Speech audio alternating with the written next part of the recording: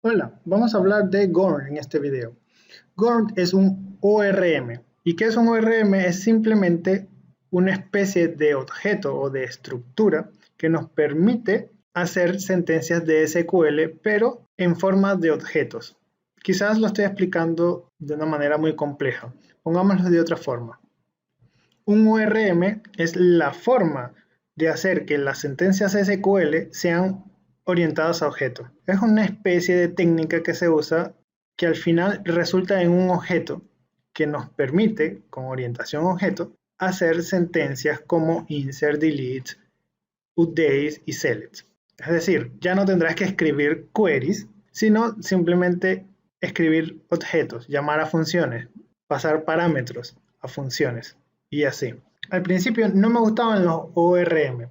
Sin embargo, con el tiempo me di cuenta de que tienen ciertas ventajas, especialmente a la hora de mover un proyecto para usar otro tipo de motor. Aparte también te permite tener la lógica de negocio en un solo lado. Por ejemplo, si tú quieres hacer validaciones y defines que esas validaciones las va a manejar el motor de la base de datos, es decir, vas a usar al final funciones, procedimientos almacenados, empiezas a dividir la lógica de negocio en dos sitios. Una del lado de tu código, en tu software, va a llegar hasta un momento y después le vas a pasar datos a tu procedimiento almacenado y allí tendrás que colocar otra lógica. Entonces, a la hora de darle mantenimiento a eso, empiezas a tener un desorden, empiezas a tratar de ver dónde pusiste qué cosa. Eso en proyectos muy grandes se vuelve muy tedioso. Entonces, esa ventaja de tener toda tu lógica en un solo lado, en parte da orden y velocidad. Sin embargo, no es más que cuestión de gusto. Ahora sí, pasemos a lo que estábamos. Gorm tiene dos cosas fundamentales que debemos aprovechar. Una es que nos permite hacer directamente la conexión de base de datos. Hay un objeto del Gorm que al pasarle los parámetros de conexión, él te permite la conexión y te la guarda dentro de un objeto. Eso lo vamos a ver más adelante. Pero esta es la primera cualidad que debemos usar de Gorm. Y la segunda es que podemos crear las estructuras de la base de datos dentro de un objeto Gorm para poder hacer después las llamadas a query.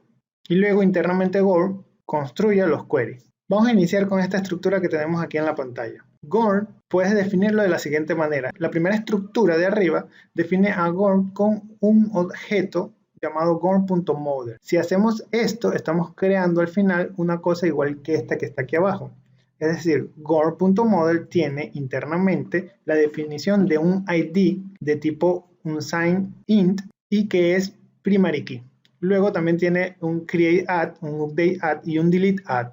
Entonces, en resumen, si tú creas una estructura y le colocas el Gorm.model, estás asumiendo que dentro de la tabla vamos a tener estos 4 campos adicionales. Esto como base. Y esto quiero que lo tengas muy pendiente porque lo vamos a estar usando y lo vamos a ver en muchos ejemplos. Vamos al siguiente.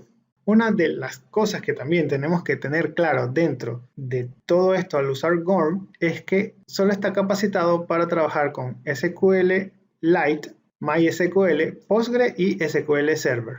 Resulta que Gorm tiene su propia nomenclatura que le permite a él averiguar qué estructura estás creando, con qué estructura se va a enfrentar cuando esté trabajando o convirtiendo los queries, cuando esté creando los queries. Los más importantes son columna, type, site, primary key, unique, default y supongo que esos serían los más importantes que vamos a usar acá. Pero tienes toda la tabla. Cada instrucción le dice a Gorm qué cualidades tiene una columna. Por ejemplo, tú defines un account y podrías ponerle que internamente con columna tenga otro nombre. Esto es por si lo necesitas.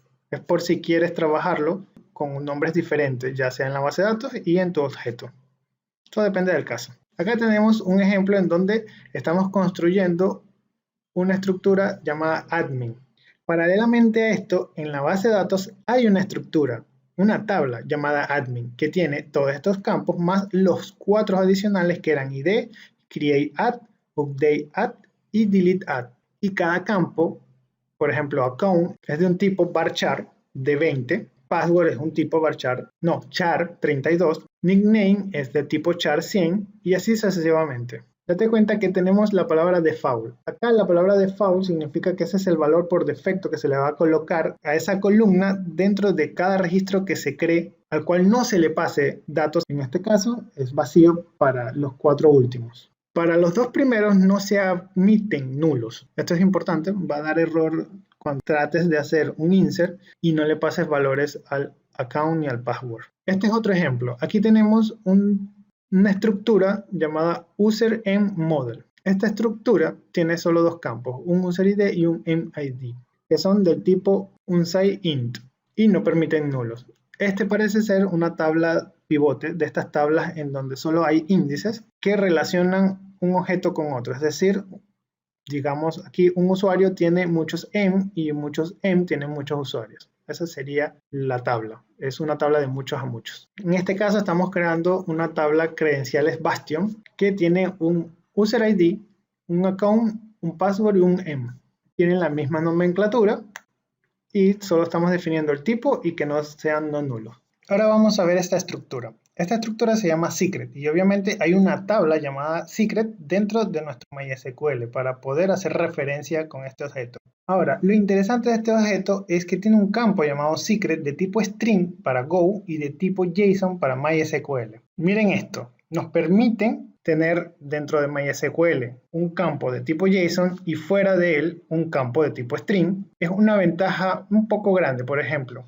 En este caso, yo recuerdo que yo traté de trabajar con el tipo JSON de MySQL porque tiene ciertas formas de hacer query. Es decir, MySQL trabaja con el campo de tipo JSON de una manera muy extraña. Te permite hacer otras sentencias de búsqueda. Pero al tratar de usarlo con Gorm no me lo permitía. No podía hacer los queries al menos que yo lanzara, escribiera los queries y eso me parecía muy tedioso. Entonces, lo que hice fue pasarlo a string para que Go me lo interpretara como si fuese un string normal y luego yo transformaba ese string a un objeto específico porque depende del caso, este JSON cambiaba de forma. Esto suena un poco complejo. Lo que quiero mostrar acá es que el ORM nos permite transformar los tipos de datos y podemos jugar con ellos, es decir, de un lado tenemos algo y del otro lado lo guardamos de otra forma. Esto es muy ventajoso. Recuérdalo para cuando tengas problemas muy raros con los tipos de datos.